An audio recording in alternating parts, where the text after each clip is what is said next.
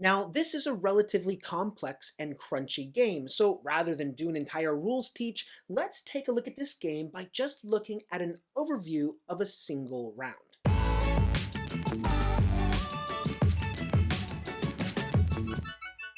This game has several variants, and the objectives of each game can vary, but the core objective is to evacuate all of your world sites, which includes people and factories, and build what the game calls stadiums, because you can't have a game like this that doesn't require appeasing the masses and diverting their attention from the frailty of humanity.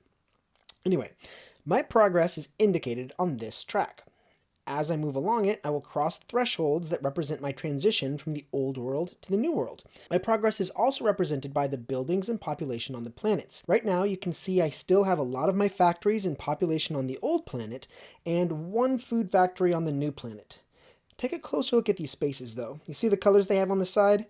That's relevant later. A huge defining characteristic of this game is that players have two inventories. This side of the board is my inventory on the old planet, and everything done on the old planet needs to be paid for with resources over here. There's a lot of resources over here because it's still relatively early in the game, and all of the people and buildings are still producing for me. On the New World side of my board, I have just one food and one steel. The food was produced at the beginning of the round by my one factory, and this steel was imported by the spaceship at the end of the last round. You can see that my spaceship was able to bring over one resource, and it also has the capacity to evacuate from yellow and gray spaces. These are the colored rings you saw earlier, so I was able to evacuate this space to get 2 population, and this space to get 1 energy factory. In this example, I'm in the second round of the game. On the left side of the round tracker, you can see the requirement for how many stadiums you need. Right now, I can see that I will need 1 stadium on the new planet by the beginning of the next round. I will also need 2 food. While not technically a requirement, I also have population in my inventory just waiting to get settled. So I won't get penalized if I don't settle them, but once they're settled, I can begin producing, which is definitely something that I want to do. So to understand a little bit more about this game, let's look into the type of thinking involved in meeting these goals. Well, here's one option. I could use my first turn to take one of these 2 actions.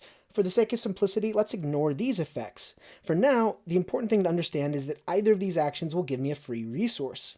With 2 steel and 1 food, I could use my second action to construct a stadium on the new world. There's only one problem with this plan, and that is I have so little inventory on the new world that if I spend these resources, I won't have the necessary steel to settle this population. I could use my third action to build this factory, but that would bring my energy production up and not my food.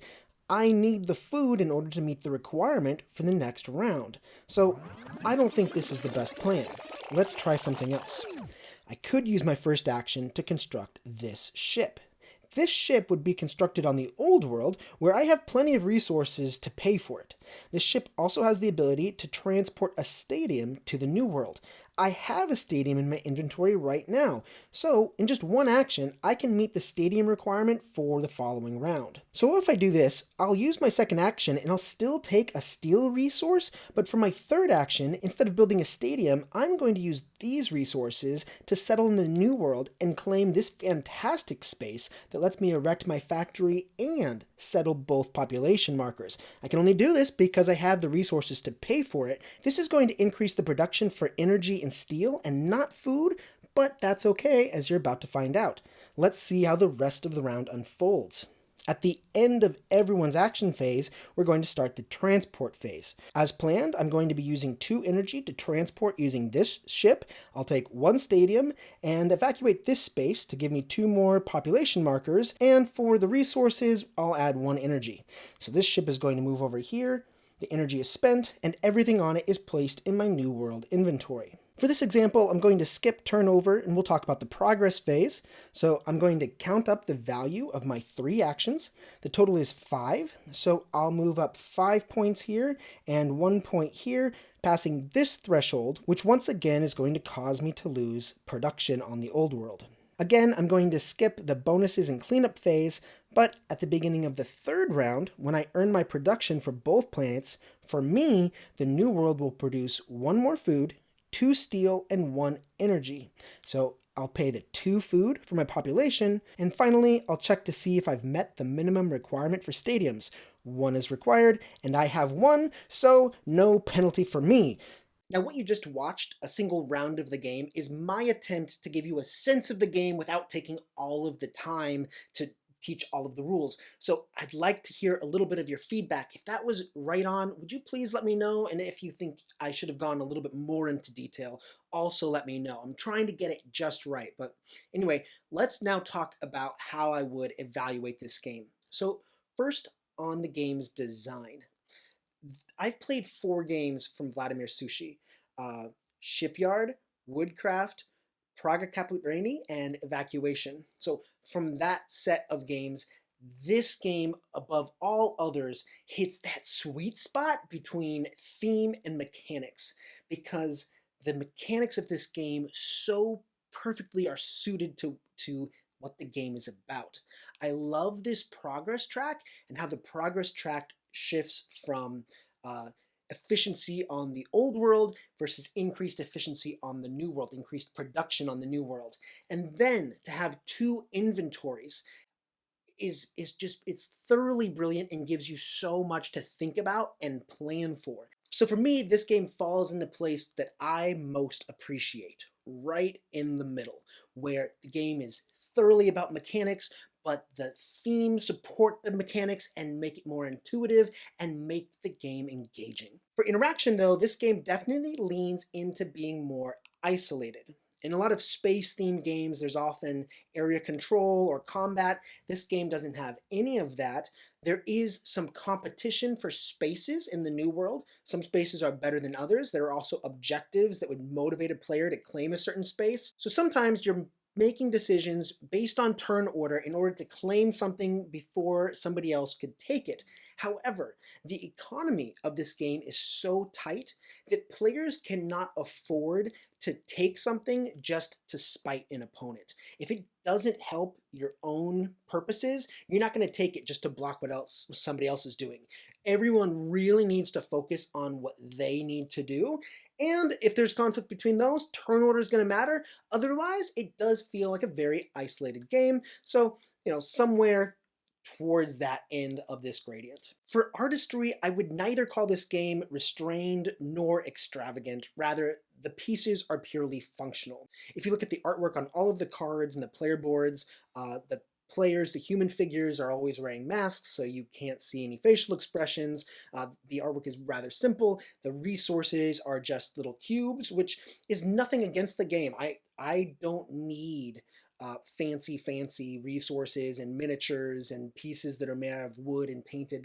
That's not very important to me. The map, though, the map is gorgeous. And the game board where you're doing all of the actions and settling the planets, that's where all of my attention is. It's great that that's the most beautiful part of the game. That's where the greatest amount of focus is.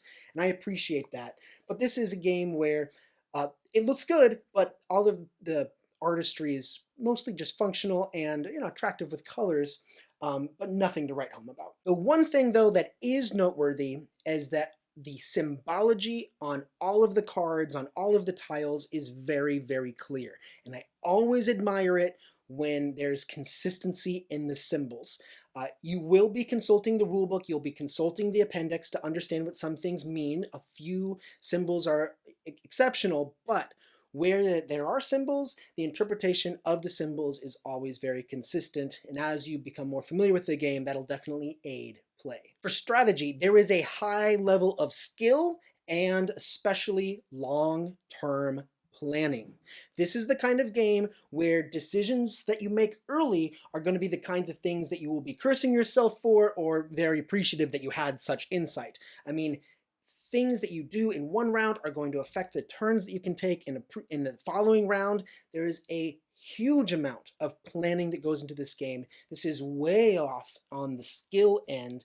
The only degree of luck is that oftentimes the decisions that you can make are going to be based on cards that come up. And so if the opponent before you takes the card that you were hoping to get, a new card is going to replace it. And maybe it's great, or maybe it's not great. That is completely luck. And if you're playing the advanced variant, where instead of just playing cards as markers, you're using cards for their effects, uh, you've got a whole lot of luck there as well. Now, you've always got 4 actions on your board, and you can always take those, but you may draw a card that actually helps you maximize using 2 effects that you wanted to do anyway, but using 2 in one single turn, which is extraordinary. But that's luck. So it's not a complete pure skill game at all, but with the degree of long-term planning in this game, this is a very heavy on skill requirement. For complexity, at the beginning of this video, I called it a relatively complex game, and that's exactly what it is, because the rule set is not very hard. I think I can teach this game in less than 30 minutes, so, among complex games, this is a simpler one, but there is a lot of complexity in the amount of thinking that you'll do. This is almost overwhelming with how much there is to consider and think about. So it's complex in the sense that you can get very deeply involved in the strategy, but not so complex that the rules are very intimidating. All right, my final thoughts on this game. So first, a little bit of context for you. This is a new game for me, and I've played it 5 times, which is neither an impressive amount, but it's enough times that I've tried every variant of play, except for a few of the objectives. So there's the basic introductory play, there's advanced module, there's the race mode, there's point mode, and then there's solo play. I've done all of these things.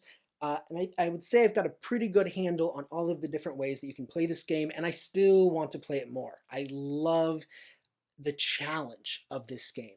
This is a game that I can play, and I can have a terrible game where I'm really disappointed in the decisions that I've made, and I was like, oh man, I could have done that so much better. I could have done that so much better. But at the end of the game, I'm not sitting there going like, well, you know what? It was because of the cards. The cards came out wrong. I'm never blaming the luck. I'm always feeling like, you know what I could have done better is this. I want to play again to see if I can fix it. And I get so excited by games that do that for me. Games that make me want to try again so that I can test my efficiency machine and see how clever I can get. I really enjoy that experience, so this is a game that is definitely for me. But when I'm making this recommendation to other people, I caution them that the only reason you may not like this game is because the game is so hard. I could definitely imagine somebody who gets frustrated by the amount of planning that's involved and how a seemingly small decision that you've made in the beginning of the game is creating problems for you later in the game. And for that reason saying, no, that's not fun at all. I love it. That would be the only reason that someone would dislike it. Of the games that I've played from Vladimir Suchy, I would say, at least for now, this is my favorite one. I also really like Woodcraft. I want to go back and play that one some more. But the thing is, I really, really admire the art of designing a game that is a perfect blend between mechanics and theme. This one just lands for me, and that's what I admire most about the game. It is thematically interesting and mechanically brilliant. The theme supports the rules, it makes sense. I think it's just a genius game, and I love it. Hopefully I've given you fair caution about why you may not like it, and I hope you enjoyed the format of this review. Again, I'd love to hear a little bit more about your feedback. Thank you for watching, and I'll see you next time. Bye-bye.